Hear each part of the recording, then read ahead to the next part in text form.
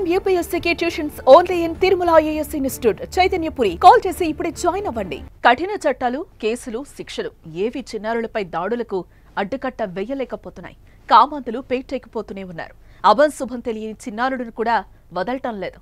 తాజాగా విశాఖ వేదికగా జరిగిన ఓ ఘోరం వింటే రక్తం మరిగిపోతుంది.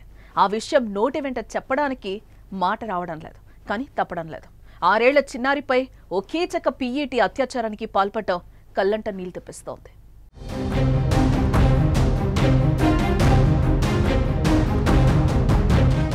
మధురవాడ పరిధిలోని వాంబే కాలనీకి చెందిన బాలిక సమీపంలోని ప్రైవేట్ పాఠశాలలో UKG చదువుతోంది.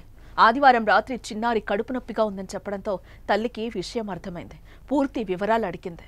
దీంతో సోమవారం ఉదయం కుటుంబ సభ్యులంతా కలిసి పాఠశాలకు వెళ్లారు. అక్కడ తనపై ఈ ఘాతకానికి పాల్పడిన PETని చూపించింది. దీంతో వారంతా కలిసి ఉపాధ్యాయుడికి దేహశుద్ధి చేశారు. ఈ నేపథ్యంలో పాఠశాల సిబ్బంది 112కి కాల్ చేయడంతో పోలీసులు అక్కడికి చేరుకుని నిందితుడిని స్టేషన్కు తరలించారు. ఆపై బాధితుల ఫిర్యాదు మేరకు కేసు నమోదు చేసి రిమాండ్కు తరలించారు. నిందితుడు శ్రీకాకుళం జిల్లా పొందూరు మండలం పిల్లలవలస గ్రామానికి చెందిన బుడుమూరి రామచంద్రరావు కాగా 9 నెలలుగా వ్యాయామ ఉపాధ్యాయుడిగా పనిచేస్తున్నాడు.